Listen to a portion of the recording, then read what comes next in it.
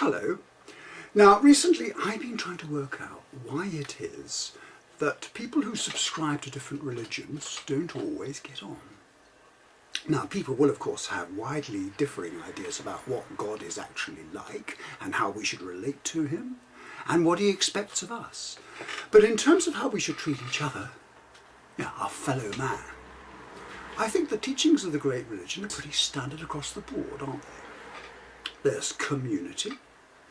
We're all rubbing shoulders on this planet together. Mutual support, looking out for each other, and giving a hand when people run into difficulties in this life. Taking care of the weak and disadvantaged. And trying not to be too vengeful when people do us wrong. Forgiveness. Now, I reckon those 4 precepts are pretty standard. Anyway, I've invited some guys round to discuss it because I thought that might help me to understand it a bit better. So I'll just make the introductions. I'll take you around the table. On my left here we have Mr. Christian. Hello, nice to see you. And here we have Mr. Muslim. Thanks for coming. And on my right here, Mr. Jew. Welcome. Now, their names have been changed, of course, to protect their identities. Now, I thought we'd start off with you, Mr. Christian, because we were having this discussion just now about this amazing being, this intelligent, super intelligent being. He lives out there in a space that we can't access. He created us. He loves us. He looks out for us. He helps us when we're in trouble.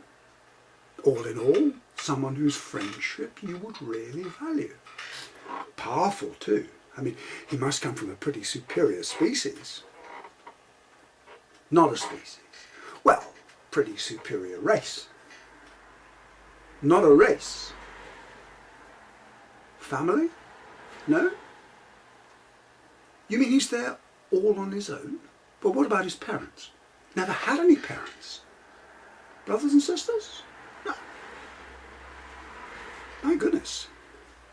That is amazing. Whew. You'd never have worked that out on your own, would you? Don't you think, Mr. Muslim? What, you agree with him? What, just the one? No brothers? That is truly astonishing. Mr. Jew, you agree with him too? So all 3 of you? My goodness, life without procreation, how counterintuitive is that? And all 3 of you agree on that. Well, that is really something. Okay. Now, to continue, you were saying how when we die, we come face to face with God, and we have to give an account of our behaviour and activities in this life, and based on that, he passes judgment on us and decides what sort of deal we're going to get in the next life. Any comments? No? My goodness, we do have a consensus, don't we? And we get to meet our ancestors. You mean all those people that I've known and loved and lost? They're not lost at all, but just waiting for me in the next life? How fantastic. Well, my mum and dad and my old granny. How wonderful. And you agree with that too? And you. So all 3 of you can assure me that that's what will happen when I die. Oh, thank you all so much. Because I never met my granddad, He died when I was... Yeah. So... What's the problem? This man is the son of... Just hang on. So, what did you say? Jesus is the Son of God. Just one at a time, please. Just one at a time. Yeah. He's not the Son of God. Just hang on. Jesus, peace be upon him, was one of God's most favoured prophets, right? He's not the final prophet, but he does God's work. And God holds him in very high regard. but he's not God's son. Okay, settle down. I get the message. You guys are not going to agree about this, are you? So let me get this straight. You maintain that Jesus is God's son, and you say that Jesus is God's beloved prophet, but not actually his son.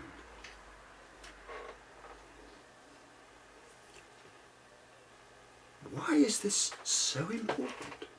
I mean, you've got the big guy out there looking out for you. He loves you. He's all-powerful. He helps you when you're in trouble. He makes sure you get justice at the end. He's looking after your loved ones so that you can be reunited with them, with all these wonderful, wonderful things. Why is this so important?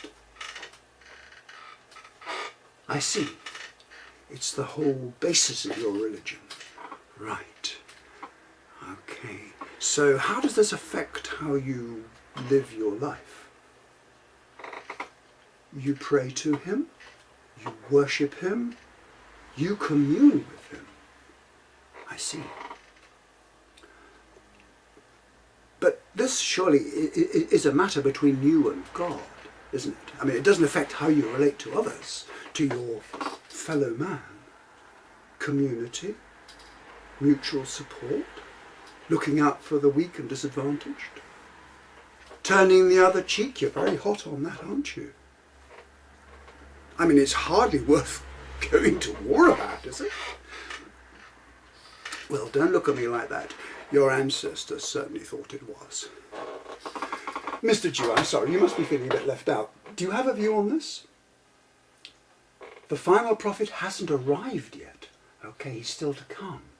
I see. Any idea? All right. So, yes. You show true devotion to God.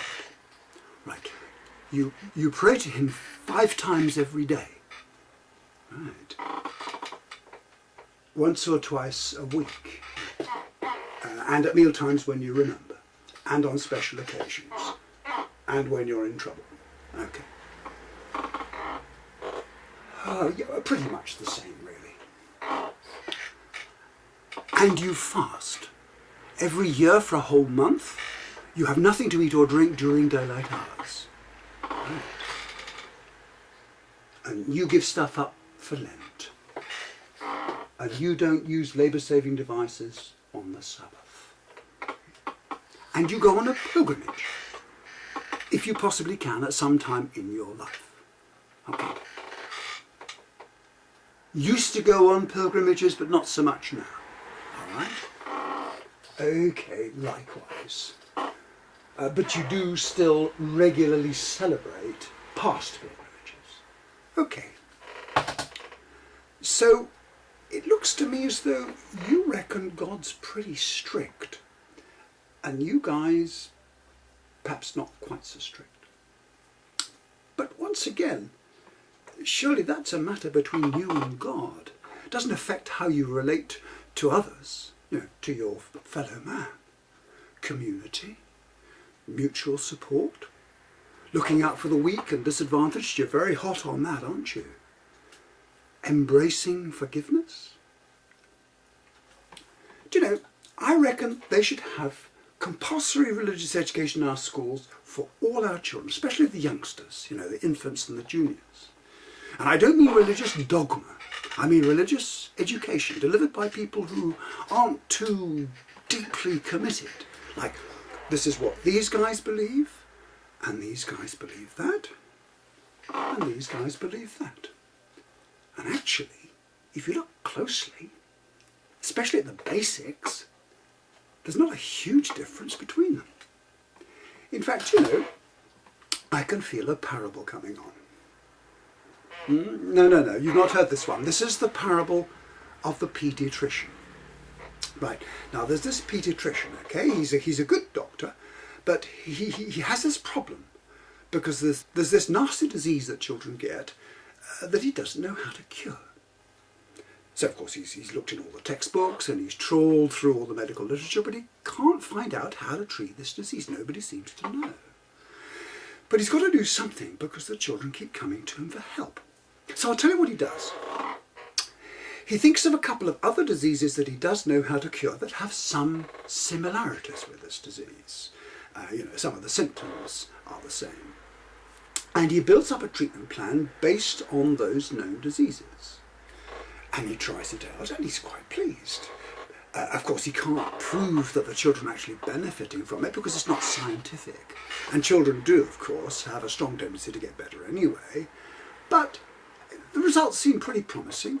And the GPs start referring all their cases to him. And he gets a reputation for being the man to see with this disease. Then one day he goes to a seminar, a meeting of paediatricians, where they discuss research, that sort of thing. And in the canteen at lunchtime, he meets another paediatrician from a different part of the country. Now, this guy's in the same field. He's had to face the same problem, this disease that nobody knows how to cure. And he's tackled it the same way. He's thought of a couple of other diseases that he doesn't know how to cure that have some similarities with this disease, and he's built up a treatment program based on those diseases. Now, I should say that the diseases that he's chosen are actually not the same as the other guy. I mean, he's approaching it from a slightly different angle, and so, of course, his treatment plan will be a little bit different, but based on the same principles. And again, he can't be sure that the children are benefiting from it because it's not scientific. But like the other guy, he gets a reputation for being the man to see with this disease. So both these men have made a name for themselves with this disease, though their treatments are slightly different. So what happens when they meet? Do they draw knives and have a fight to the death? No, of course not. They're sensible, rational human beings. What they do is they sit down over a cup of coffee, over 2 cups of coffee in fact, and they discuss it. And they say things like, oh, that's a good idea, and never thought of that. And then at the end of the day, everybody goes home, and each of those guys then fishes out his old treatment plan, goes through it, and modifies it so as to incorporate the best ideas from both plans. And maybe the children benefit even more. Hard to say, it's not scientific, but who knows? So there you have it, the parable of the paediatrician. I do like a nice happy ending.